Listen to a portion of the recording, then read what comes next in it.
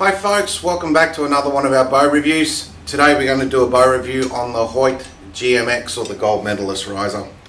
I've had a few requests for this, so I thought I'd jump straight into the high-end risers this week. We should get through the Hoyt, Win & Win and some Samick, so keep a tune on that. We've still got some smaller risers to come, like the Sebastian Fleet Forged, the Sebastian Fleet Elite and some of the Kayas, which are still on order with our suppliers. So let's get straight into the Hoyt Gold Medalist. Well, look, the Gold Medalist pretty much speaks for itself. It's a very successful riser, been very well used on the world stage. Look, it covers all of ticks all the boxes that we request as far as a dealer goes. It has lovely tight pockets. As you can probably see, this one is fitted with the Grand Prix bolt, which is a loose bolt, which helps balance the limb as it shoots. So it actually gives the limb a little bit more flexibility. We have lovely big grub screws, as you can see on the side there. You know, decent size Allen key, so stripping's not going to be too much of a problem. And the pocket system that you can see here, you know, allows for a nice tight fit. The only problem you can sometimes run into with this riser is getting that limb pocket just that little bit too over curved, and you may have a slight issue with getting the limb in. But other than that, it's a pretty flawless system. The riser is a fully machined riser with an anodized finish. It's very clean. The anodizing is very pretty. There's no blemishes at all. It's very well made. The only sort of downside is just a couple of quality control issues that you get sometimes with Hoyt, with like stickers and stuff. As you can see, there's a little bit of a blister there, but look, that's pretty surface stuff and it doesn't really affect the way the bow shoots, so you can't really pick that too much. Look, if you're considering high-end risers in the ILF range, there's really only about 3 or 4 that you can really sort of look at and go, well, you know, that's the one for me. Actually, there's about 5 in the top end range that you would consider when shooting ILF, but we'll get to those later on. But this one here is definitely in our top 3 of high-end risers. Not a riser you would jump straight into as a beginner. Couple of downsides on it: Hoyt don't make it in a 27 inch anymore. It's only made in a 25 inch.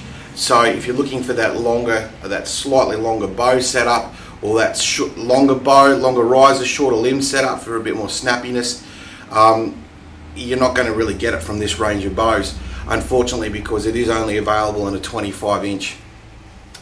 Overall though, the grips on the Hoyts, all the high-end grips, are just fantastic. They're nice and comfortable. Your hand just sort of sits right where it's meant to sit.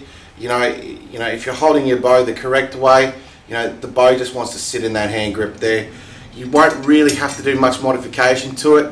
One thing the Hoyt offer over the other manufacturers is a high, low or medium grip that you can choose and purchase separately. Hoyt are also getting into a bit of bling these days, where you can buy different handles and different dampeners and all that kind of stuff for their range of products, so you can actually make your bows a little bit smarter. Look, overall, this is a very short review because, look, there's really not a lot you can badly say about the Hoyt GMX. Look, it weighs about probably 1200, 1250 grams. It's up there as far as weight goes, but there's been a very big swing by manufacturers in the last probably 6 to 7 months, especially with weight. Win & Win, the new Max, it's coming out now at 1300 grams on the nose. Uka have just released their new Uka Upro, which is 1400 grams for a carbon riser, so that's incredibly heavy. And of course Samicks are up around 1300 as well. So weight seems to be coming back into it. It used to be, you know, for the last couple of years it was about making it lighter and more efficient. Now they've gone back the other way and started making them sturdier and stiffer and heavier. And I think a lot of it comes down to how you actually shoot, and it just helps, you know, when you're shooting a bow with that little bit more weight in it, you actually do feel a little bit more torque back through the riser. One of the things with shooting these full aluminium risers is they do talk to you a lot when you shoot. You do feel the vibration through the bow. You can tell that was a good shot, that was a bad shot, that was a good shot, that's a bad shot.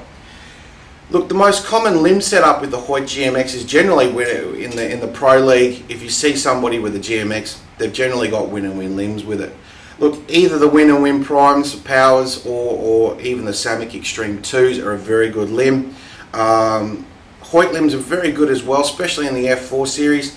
However, they are prone to, sorry, not the F4, the F7 now, the F4 is discontinued. You know, the only problem is I have seen quite a few Hoyt limbs delaminate. Whether or not that's just through fatigue or through general wear and tear, I'm not 100% sure. But, you know, look, I'm not going to put you off by saying that all limbs are bad. All limbs delaminate regardless of brand or whatever. It's just when and how they do it. So, but as I say, most people that go for a GMX generally do jump into Win and Win limbs. They're a very tried and true limb, very good performing limb, and they actually sort of offer quite a lot of performance. And in this riser, they suit it down to a T. The Samick Extremes in this riser are also a good combination for it as well. So look, there's a couple of things that you can put with this riser that'll make it very nice and very tight. You know, look, this is the kind of bow you're going to want to put a premium setup on. So you're going to be looking at very high-end sights, high-end clickers, high-end plungers, all that kind of stuff.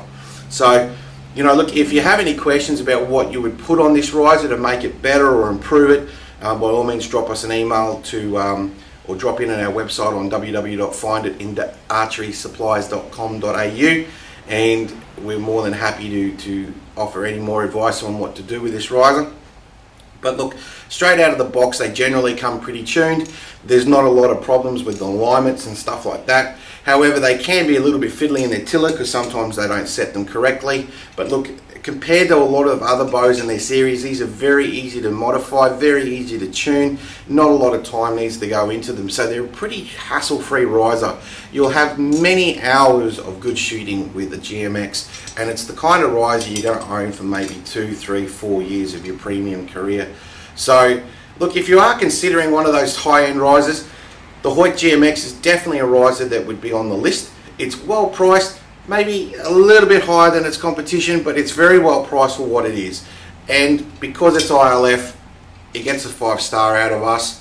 I really do prefer ILF gear. However, some of the formula gear is very good as well, but we'll get to them in another review. But look, guys, if you're considering a high-end riser, we thoroughly recommend the GMX. It's tried and true, and look, it definitely holds its own on the world stage. So if you have any more questions, please don't hesitate to drop us an email, and we'll be more than happy to answer any of those questions you may have. But for now, have a great day and good shooting.